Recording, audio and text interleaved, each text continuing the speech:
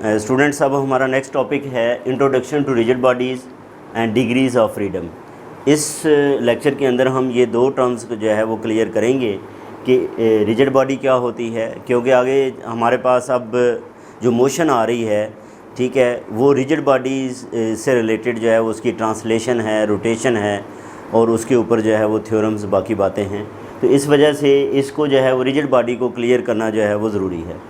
इस में जो हमारे पास इनकी बुक है, ठीक है, मोरिस स्पीगल की जो बुक है, उसमें जो चैप्टर नंबर 7 है, ये इसके अंदर बिल्कुल शुरू के अंदर इस टॉपिक को डिस्कस किया गया है, introduction to rigid bodies and degrees of freedom.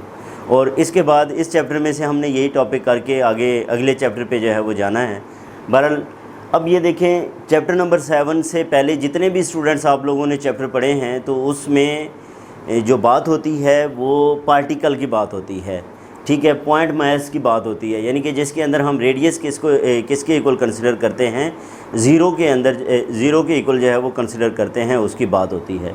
लेकिन अब हम जो बात करेंगे वो कलेक्शन या सिस्टम ऑफ पार्टिकल्स की बात करेंगे, यानी कि अब हमारे पास पार्टिकल एक नहीं है बल्कि सिस्टम ऑफ पार्टिकल्स हैं, उनकी कलेक्शन है। जब कलेक्शन है तो कलेक्शन दो तरह की हो सकती है।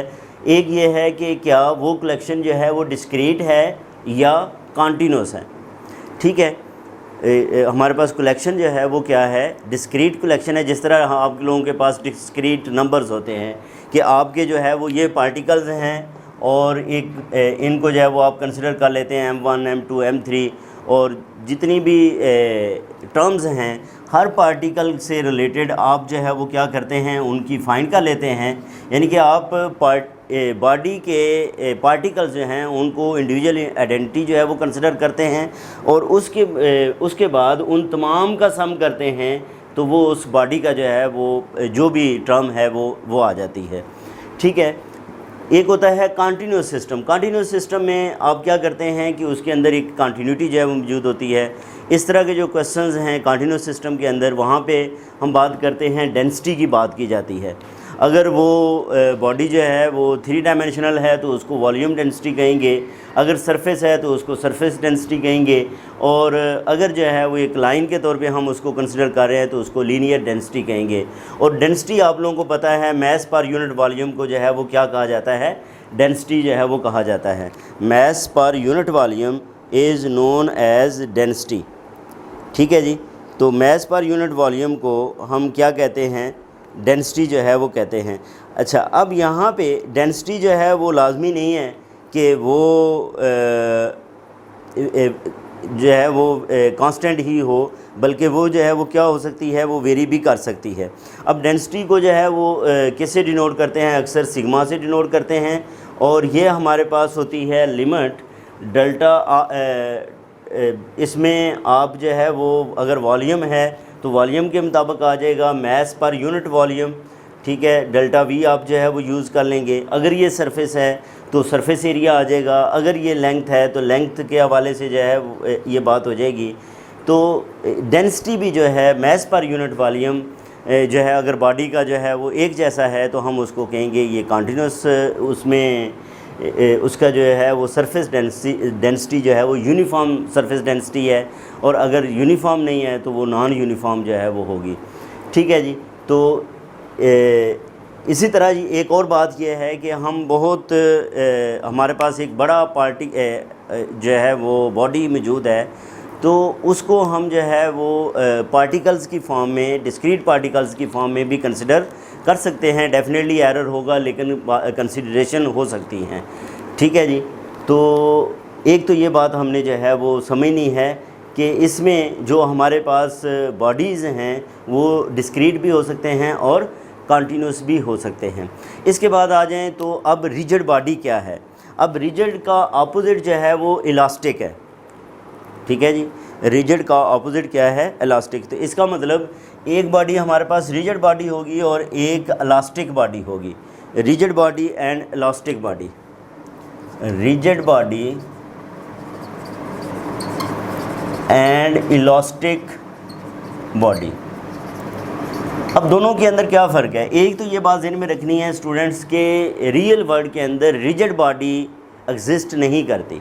रिजिड बॉडी का मतलब ये है कि ऐसी रिजिड बॉडी हो कि जिसके ऊपर फोर्स लगे और उसके अंदर बिल्कुल माइनर सा भी जो है वो उसके पार्टिकल्स के अंदर चेंज ना आए, ऐसा नहीं है, बल्कि जो है वो उसमें कुछ ना कुछ जो है वो आता है, चेंज जो है वो आता है, क्योंकि रियल वर्ल्ड के अंदर आइडियल जो है वो कोई भी चीज़ नहीं होती, ये दिन में रखना है। उसमें डेफिनेटली एरर होता है और एरर 0.00000 बहुत माइनर सा हो सकता है, लेकिन होता है। अच्छा, अब यहाँ पे ये है कि हमारे पास रिजिड बॉडी क्या होती है और इलास्टिक बॉडी क्या होती है। मसलन आपके पास कोई भी बॉडी है तो आप क्या करते हैं, उसके ऊपर कोई फोर्स लगाते हैं और उसके पार्टिकल्स के अंदर जो है वो जितना डिस्प्लेसमेंट है उतना डिस्प्लेसमेंट कांस्टेंट रहता है। पार्टिकल्स के बॉडी के पार्टिकल्स के दरमियान जो डिस्टेंस है उसके ऊपर कोई फ़र्क ना पड़े तो उसको क्या कहते हैं, उसको रिजिड बॉडी कहते हैं। इलास्टिक में ये होता है कि आपने फोर्स लगाई तो उनके पार्टिकल्स जो हैं, उनके पार्टिकल्स के दरमियान जो डिस्टेंस है, जो डिस्प्लेसमेंट है, उसके अंदर चेंज आ जाती है। जैसे ही हम जो है वो क्या करते हैं, उस बॉडी के ऊपर से फोर्स को हटाते हैं तो दोबारा वो अपनी जो है वो असली हालत में आ जाते हैं। तो इसको क्या कहते हैं, इसको इलास्टिक बॉडी कहते हैं। ठीक है, तो रिजिड बॉडी वो बॉडी होती है जिसमें जब आप उसके ऊपर फोर्स लगाएं तो उसके पार्टिकल्स के, उसके अपने पार्टिकल्स के अंदर जो है वो डिस्प्लेसमेंट जितना पहले मौजूद है वही रहे, उसके अंदर जो है वो कोई फ़र्क ना पड़े। तो इसको स्टूडेंट्स क्या कहते हैं, रिजिड बॉडी कहते हैं। ये क्या होता है, ये बॉडी जो है वो हमारे पास रिजिड बॉडी होता है। तो in practice forces apply to the system of particles will change the distance between individual particles. Such systems are often called deformable or elastic bodies. इसको जो है वो इलास्टिक को डिफॉर्मेबल भी कहते हैं, डिफॉर्मेबल। ठीक है जी, डिफॉर्मेबल यानी कि उसकी जो शेप है वो भी जो है वो एक वक्त में चेंज हो जाती है। In some cases however deformation may be so slight that they may for most practical purposes be considered non-existent. It is thus convenient to define a mathematical model in which the distance between any two specified particles of a system remains the same regardless of the applied forces. ठीक है, यानी कि forces लगने से उसके जो particles के दरमियान डिस्प्लेसमेंट है वो क्या हो, वो कांस्टेंट रहे, तो ऐसे सिस्टम को क्या कहते हैं, रिजिड बॉडी कहते हैं। ऐसे सिस्टम को जो है वो क्या कहते हैं स्टूडेंट्स, रिजिड बॉडी जो है वो कहते हैं। इसके बाद स्टूडेंट्स हमारे पास है जो नेक्स्ट टॉपिक है वो है डिग्रीज़ ऑफ फ्रीडम। मेन हमारा टॉपिक क्या है, डिग्रीज़ ऑफ फ्रीडम। अब फ्रीडम आज़ादी को कहते हैं और डिग्री का मतलब, जैसे आप लोग जो है ना वो क्वाड्रेटिक इक्वेशन कहते हैं तो क्वाड्रेटिक इक्वेशन की डिग्री 2 होती है, लीनियर इक्वेशन की डिग्री जो है वो 1 होती है। ठीक है, तो डिग्री का मतलब ये है कि इसकी जो फ्रीडम है वो उसमें कितने वेरिएबल्स हैं जिनके हवाले से इसके अंदर चेंज आ सकता है, इसको क्या कहते हैं, इसको डिग्री ऑफ फ्रीडम कहते हैं। ठीक है, डिग्रीज ऑफ फ्रीडम। ठीक है, डिग्रीज ऑफ फ्रीडम क्या है, the number of coordinates required to specify the position of a system. The number of coordinates, the number of coordinates required to specify, ठीक है, नंबर ऑफ़ कोऑर्डिनेट्स। जैसे linear equation के लिए आपको जो है वो सिंगल कोऑर्डिनेट की ज़रूरत पड़ती है। ठीक है, प्लेन के लिए आपको जो है वो 2 कोऑर्डिनेट्स डिफ़ाइन करते हैं। ठीक है, इसी तरह जो है वो आप स्पेस के अंदर जो है वो 3 कोऑर्डिनेट्स होते हैं। ठीक है, तो number of coordinates required to specify. ठीक है, स्पेसिफाई मीन्स उसको डिफ़ाइन करने के लिए, specify the position of the system of particles, the position of a particle or system of particle. ठीक है, of a system of 1 or more particle, of a system of 1 or more particles, ठीक है, वो system एक particle पे भी मुश्तमिल हो सकता है या ज़्यादा पार्टिकल के ऊपर, इसको number of degrees of freedom of the system कहते हैं। Is known as number of degrees of freedom of a system. ठीक है जी, कोई भी हमारे पास जो है वो पार्टिकल है या सिस्टम है, उसकी पोजीशन को स्पेसिफाई करने के लिए जितने कोऑर्डिनेट्स की ज़रूरत हो, जितने कोऑर्डिनेट्स की ज़रूरत होगी, वो उसकी क्या है, वो डिग्री ऑफ फ्रीडम। ये अक्सर ये जो पीपीएससी और एफपीएससी के जो पेपर्स आते हैं उसके अंदर ये डिग्री ऑफ फ्रीडम जो है वो मैकेनिक्स के हिस्से में से लाजमी जो है वो स्टूडेंट्स पूछी जाती है। अब हम कुछ इसमें एग्ज़ाम्पल्स जो हैं वो लेते हैं। फ़र्ज़ करें हमारे पास ये एक एग्ज़ाम्पल है, चले इसको एग्ज़ाम्पल नंबर 1 जो है वो कहते हैं, ए particle moving freely in space, A particle moving freely in space. अब आप लोगों ने स्टूडेंट्स ये बताना है कि ये जो पार्टिकल है जो कि फ्रीली मूव कर रहा है स्पेस के अंदर, इसके जो डिग्री ऑफ फ्रीडम है वो जो है वो कितने हैं, इसके जो है वो डिग्री ऑफ फ्रीडम जो है वो कितने हैं। ठीक है, तो इसके जो number of degrees of freedom है, अब स्पेस के अंदर पार्टिकल फ्रीली मूव कर रहा है, ठीक है, स्पेस के अंदर। अब स्पेस के कोऑर्डिनेट्स कितने होते हैं, 3 होते हैं।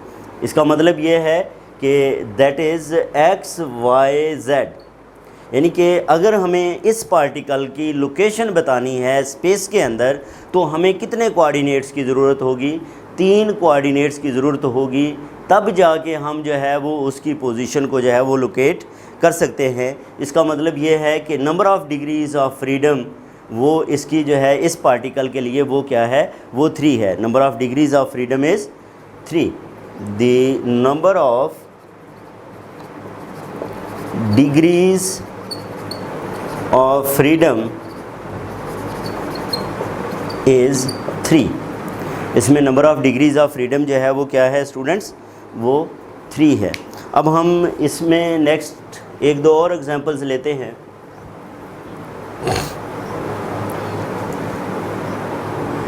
अच्छा, इसी तरह a system consisting of n particles.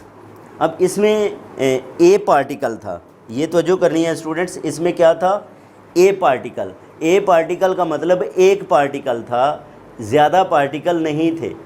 इसका मतलब अगर नंबर ऑफ़ पार्टिकल्स इंक्रीज़ हो जाएंगे तो डिग्री ऑफ फ्रीडम्स भी जो है वो क्या हो जाएंगी, इंक्रीज़ हो जाएंगी। Number of degrees of freedom भी क्या हो जाएंगी, इंक्रीज़ हो जाएंगी। तो अब हम ये कहते हैं कि system consisting of n particles, इस system consisting of n particles, यानी कि एक सिस्टम है, अब उसमें एक पार्टिकल नहीं है बल्कि n पार्टिकल्स हैं, moving freely in space, moving freely, ठीक है, मूविंग फ्रीली इन स्पेस। अब इसके डिग्री ऑफ फ्रीडम्स जो हैं वो कितने होंगे, number of degrees of freedom. तो इसमें स्टूडेंट्स ये देखें, हमारे पास एक पॉइंट को स्पेस के अंदर अगर हमें जो है वो स्पेसिफाई करना है, जैसे हम अभी बात करके आए हैं, तो उसका डिग्री ऑफ फ्रीडम 3 है। 2 पार्टिकल्स होंगे तो उसका डिग्री ऑफ फ्रीडम 6 हो जाएगा। इसका मतलब n पार्टिकल्स हैं तो उसका डिग्री ऑफ फ्रीडम 3 टाइम्स हो जाएगा। कितने टाइम्स हो जाएगा, 3 टाइम्स हो जाएगा। ठीक है जी, तो इसका मतलब इसको कितने रिक्वायर हैं, 3n coordinates to specify the position. ठीक है, a system consisting of n particles moving freely in space is specified by 3n, यानी कि n को हम किससे मल्टीप्लाई कर देंगे, 3 से मल्टीप्लाई कर देंगे कोऑर्डिनेट्स, ठीक है, कितने कोऑर्डिनेट्स चाहिए? 3n जो है वो कोऑर्डिनेट्स चाहिए। तो इसका मतलब ये है degree of freedom is 3n। तो इसकी डिग्री ऑफ फ्रीडम जो है वो क्या हो जाएगी? वो 3n हो जाएगी। The number of degree of freedom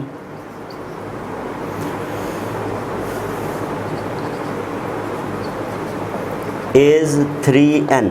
तो इसकी जो डिग्री ऑफ फ्रीडम है वो स्टूडेंट्स वो क्या आ जाएगी? 3n हो जाएगी। अच्छा, अब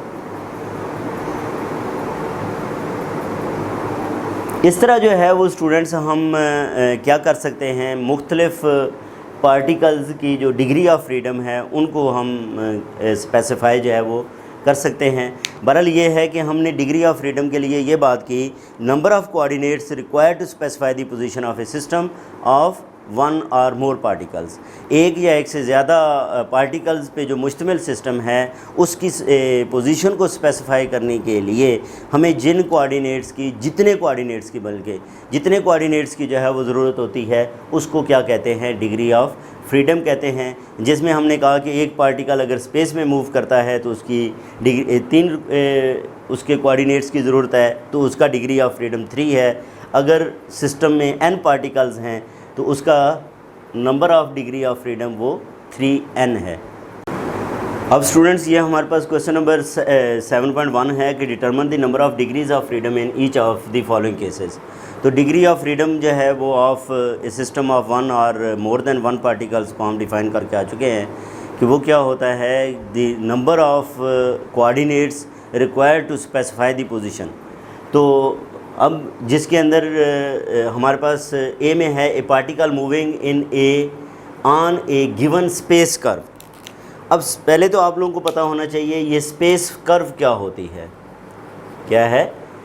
अगर आप लोगों ने जो है वो डिफरेंशियल ज्योमेट्री पढ़ी है तो वहाँ पे तफसीलन है, या फिर आप लोगों ने जो है वो कैलकुलस का 3 डायमेंशनल जो है वो चैप्टर पढ़ा है। तो स्पेस कर्व हमारे पास वो कर्व होती है जिसके 3 कोऑर्डिनेट्स होते हैं बेसिकली, जिसका हर पॉइंट जो है वो 3 कोऑर्डिनेट्स के ऊपर होता है। लेकिन जो कर्व जब हम कर्व की बात करते हैं, ठीक है, कर्व की जब हम बात करते हैं तो ये कर्व किस तरह ट्रेस होती है, कर्व जो है वो किस तरह ट्रेस होती है। अब यहाँ पे हम ये कहते हैं कि x जो है इसमें XS YS ZS where S is the parameter। यानी कि ये जो कर्व है, कर्व जो है उसके स्पेस के अंदर है, तो स्पेस के अंदर मूव तो जो है वो 3 डायमेंशन में करेगी, लेकिन इसका जो डिपेंडेंस है वो सिर्फ एक पैरामीटर के ऊपर डिपेंड है। यानी कि विद रिस्पेक्ट टू x जो है ये क्या हो रही है, ये कर्व जो है वो चेंज हो रही है। विद रिस्पेक्ट टू s जो है ये चेंज हो रही है। तो इसको हम क्या कहेंगे कि ये जो हमारे पास है इसका जो डिग्री ऑफ फ्रीडम है ये इसका एक ही कोऑर्डिनेट है जो कि s इसको डिफ़ाइन कर रहा है, जो क्या कर रहा है।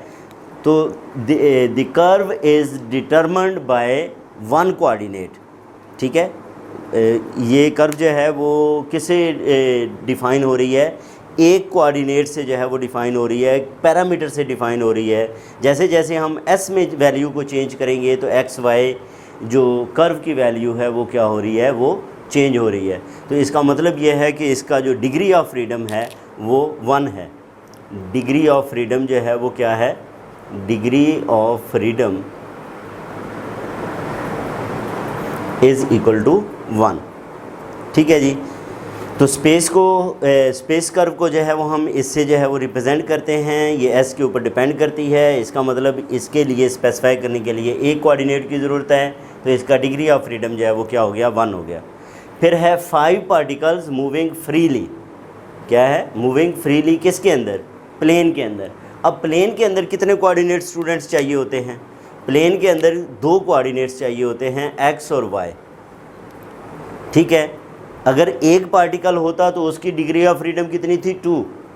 एक पार्टिकल होता तो उसकी डिग्री ऑफ फ्रीडम कितनी थी, 2 थी। लेकिन अब पार्टिकल कितने हैं, 5। तो डिग्री ऑफ फ्रीडम जो है वो इसकी क्या बन जाएगी, 2 multiplied by 5 that is equal to 10।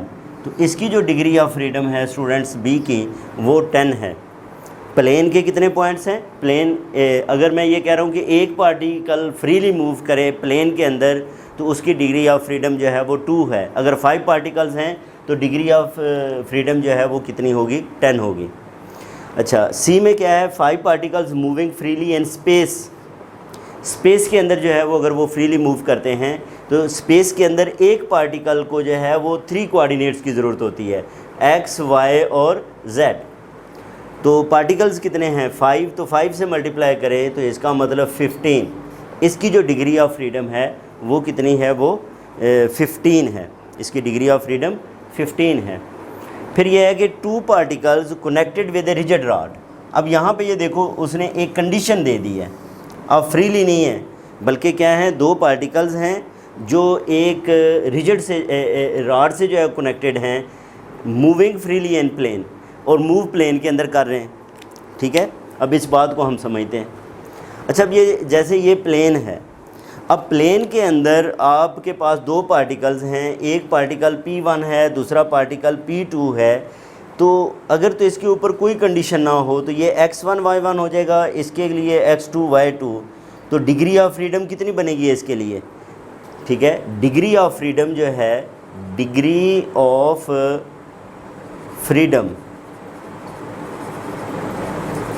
Degree of freedom students इसके लिए होगी वो 4 होगी, लेकिन तब जब ये कंडीशन अभी हमने अप्लाई नहीं की।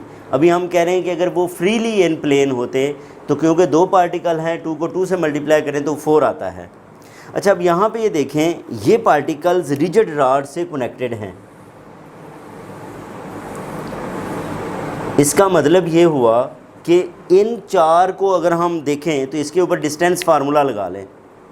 इसके ऊपर जो है वो हम क्या करते हैं स्टूडेंट्स, डिस्टेंस फार्मूला लगाया। हम ये कहते हैं दोनों के दरमियान a डिस्टेंस है, दोनों के दरमियान जो है वो कितना डिस्टेंस है, a डिस्टेंस है। तो डिस्टेंस फार्मूला लगाएं तो ये क्या बनता है, x1 माइनस x2 इसका square plus y1 minus y2 इसका square is equal to a square. इसका मतलब अब ये 4 कोऑर्डिनेट्स हैं, आप इसे x1 इज़ इक्वल टू या x2 इज़ इक्वल टू या y1 इज़ इक्वल टू या y2 इज़ इक्वल टू लिख सकते हैं। इसका मतलब आप एक वेरिएबल को बाकी 3 वेरिएबल्स की टर्म में लिख सकते हैं। इसका मतलब ये है कि अब एक वेरिएबल बाकी 3 वेरिएबल से फाइंड हो जाता है, एक वेरिएबल यह है वो बाकी 3 वेरिएबल से फाइंड हो जाता है। तो इसकी जो डिग्री ऑफ फ्रीडम है वो कितनी रह जाएगी, वो 3 रह जाएगी। क्यों कि 3 वेरिएबल्स के ऊपर एक वेरिएबल की तो उस बाकी 3 के ऊपर डिपेंडेंट आ गई। तो इसका मतलब इंडिपेंडेंट जो हमारे पास हैं वो 3 हैं, इंडिपेंडेंट जो है वो 3 हैं।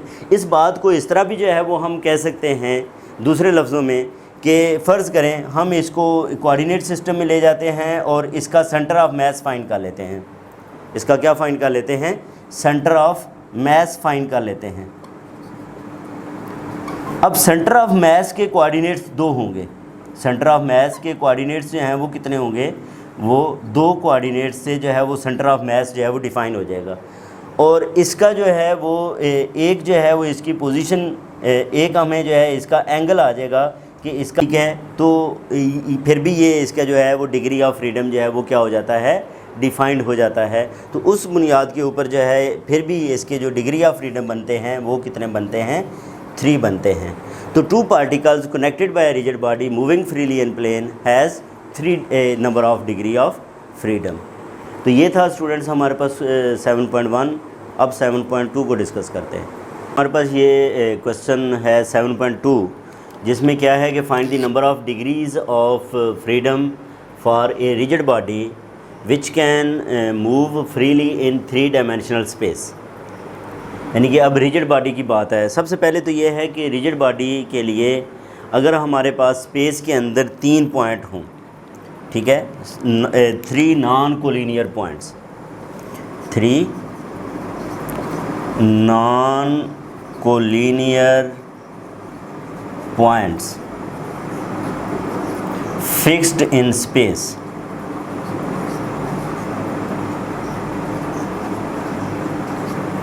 यानी कि तीन हमारे पास जो है वो क्या हूँ, नॉन कोलिनियर पॉइंट्स जो है वो फिक्स्ड इन स्पेस हूँ, ठीक है। तो हम कह सकते हैं कि ये तीन पॉइंट्स जो हैं वो रिजिड बॉडी को रिप्रेजेंट करते हैं, ठीक है। Then the rigid body is also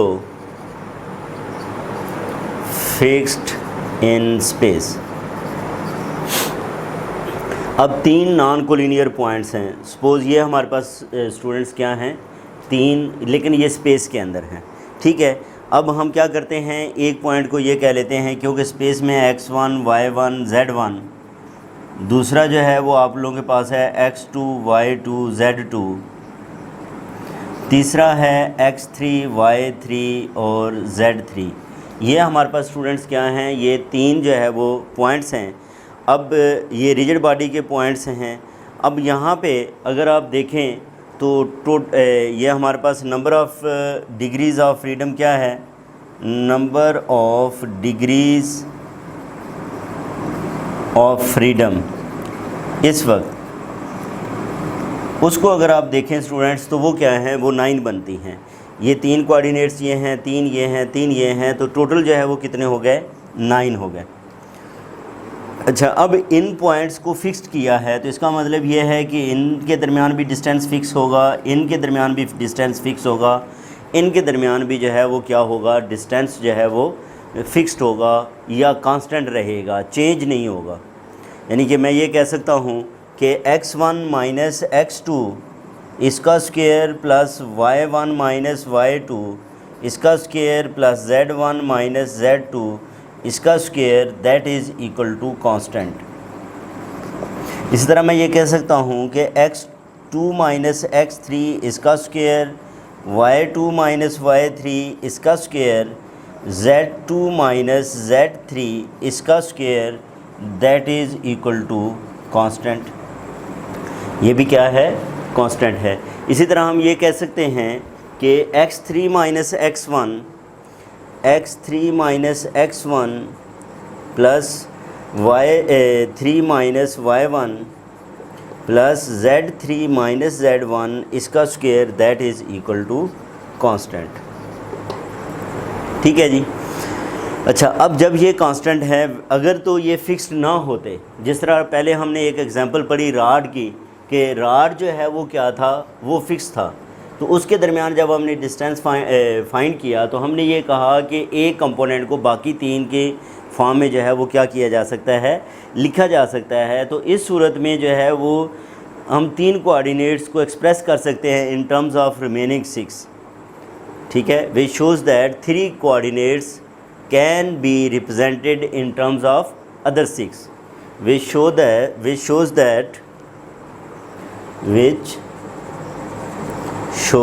that the 3 coordinates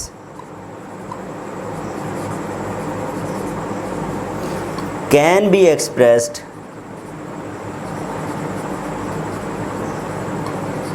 in terms of other 6।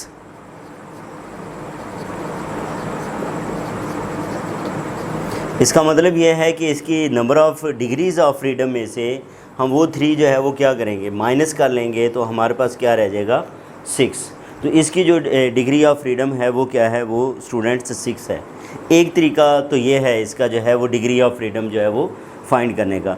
दूसरा भी तरीका जो है वो स्टूडेंट यहाँ पे दिया गया है कि हम क्या करते हैं, सबसे पहले एक पॉइंट को फिक्स कर लेते हैं, fix a point.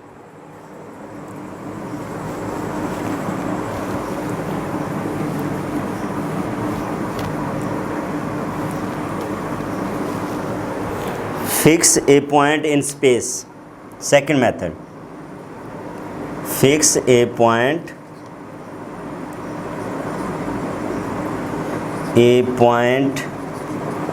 in space। 3 non collinear points थे तो हमने एक पॉइंट को क्या कर दिया, फिक्स कर दिया, ठीक है। फिर हम क्या करते हैं, एक लाइन पास करते हैं जो कि इसमें से पास होती है,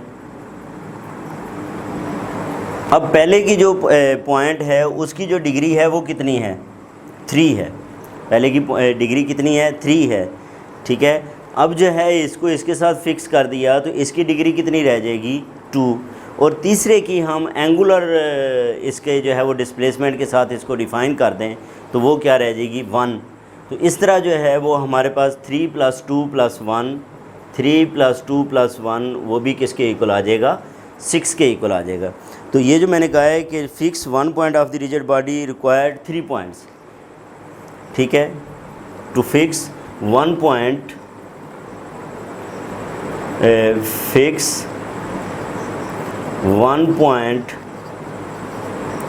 of the rigid body requires 3 coordinates,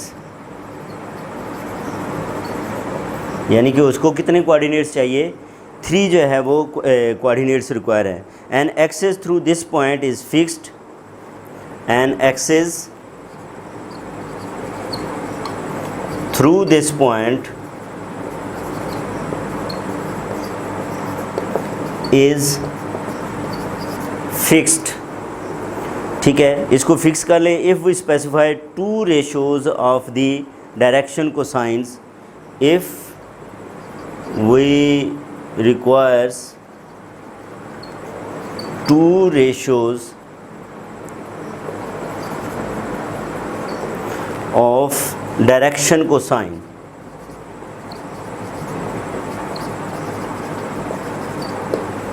ठीक है। इफ़ वी स्पेसिफाई, रिक्वायर से ज़्यादा बेहतर जो है वो स्पेसिफाई है, specify 2 ratios of direction cosines of this axis, यानी कि इसकी 2 रेशोज़ डिफ़ाइन कर लें। वो 3 कोऑर्डिनेट्स हो गए, ये 2 रेशोज़ कितने हो गए, 3 और +2 जो है वो किसके इक्वल आ गया, 1 के इक्वल आ गया। A rotation about the axis can be described by one angular. A rotation of the axis can be described by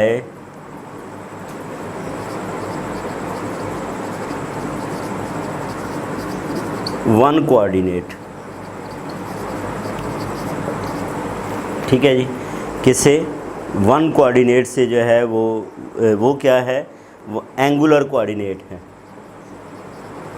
तो ये कितने हो गए, 3 कोऑर्डिनेट्स ये हो गए, 2 रेशोज़ हो गई, 1 एंगुलर कोऑर्डिनेट हो गया। तो इस तरह ये students 3 + 2 + 1 that is equal to 6।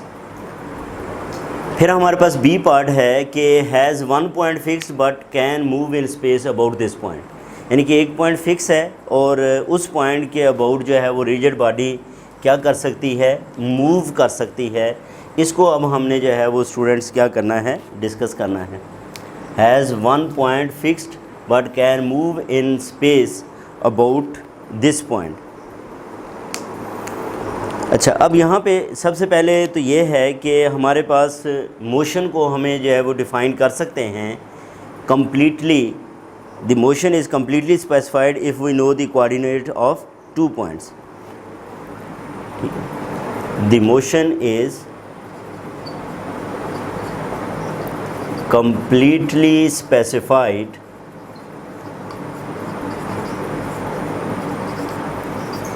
if we know the 2 points, ठीक है। इफ़ वी नो दी, क्योंकि तीसरा पॉइंट जो है वो हमारे पास जो है वो फिक्स्ड है। तो अगर हमें 2 पॉइंट्स का पता है तो हम क्या कर सकते हैं, इसकी मोशन को जो है वो कम्प्लीटली स्पेसिफाई कर सकते हैं। से हम कहते हैं x1 y1 z1 and x2 y2 z2, ये हमारे पास जो है वो पॉइंट्स हैं। कब, where the fixed point is taken at the origin of the coordinate system, where the fixed point is taken at the origin ठीक है, फिक्स पॉइंट को कहाँ पे लिया जाएगा, ओरिजिन के ऊपर जो है वो अगर हम कंसिडर करें ऑफ द कोऑर्डिनेट सिस्टम, ठीक है, ऑफ द कोऑर्डिनेट सिस्टम। अब ये देखें, ये हमारे पास कौन सी बॉडी है स्टूडेंट्स, रिजिड बॉडी है। ये कौन सी बॉडी है हमारे पास, रिजिड बॉडी है। तो body is rigid we must have, since the body is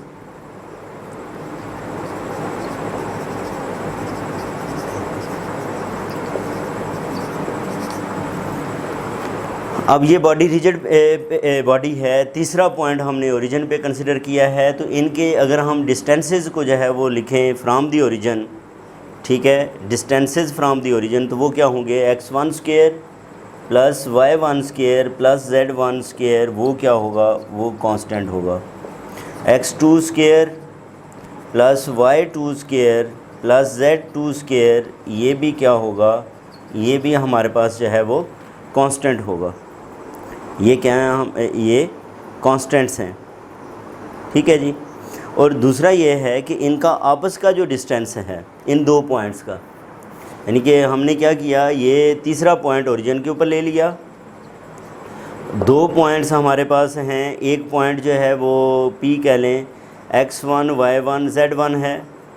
दूसरा पॉइंट P2 कह लें, x2 y2 z2 है, ठीक है। इस पहले प्रॉब्लम में और इस प्रॉब्लम में ये फ़र्क है कि एक पॉइंट को हमने जो है वो क्या कर दिया है, फिक्स कर दिया है।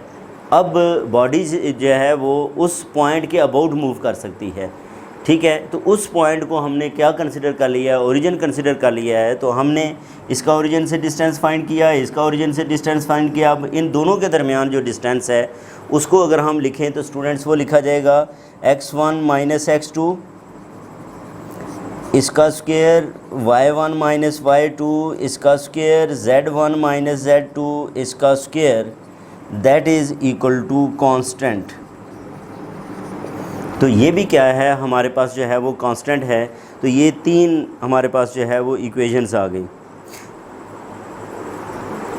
इसका मतलब ये है कि हम टोटल जो है वो इसके कितने थे, 3 इसके हैं और 3 इसके हैं, टोटल जो है वो 6 हैं। 6 में से 3 can be expressed in other 3s, ठीक है। 3 को हम बाकी 3 के अंदर जो है वो express, 3 coordinates can be found in terms of remaining 3।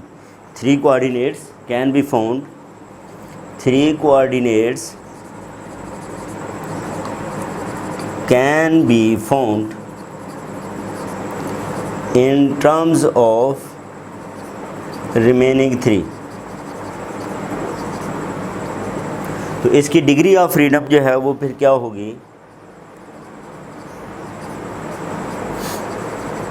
वो स्टूडेंट्स टोटल 6 हैं, ठीक है, 3 जिसमें से 3 को जो है वो माइनस कर दें तो बाकी क्या रह जाएंगे, 3 ही हमारे पास रह जाएंगे।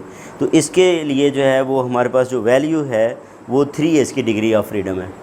अब यहाँ पे ये देखें स्टूडेंट्स के जब हमने बेसिकली रॉड को जैसे फ़िक्स किया था तो इन टर्म्स ऑफ लिखने से उतने इसके डिग्री ऑफ फ्रीडम्स जो हैं वो क्या हो जाएंगे, कम हो जाएंगे।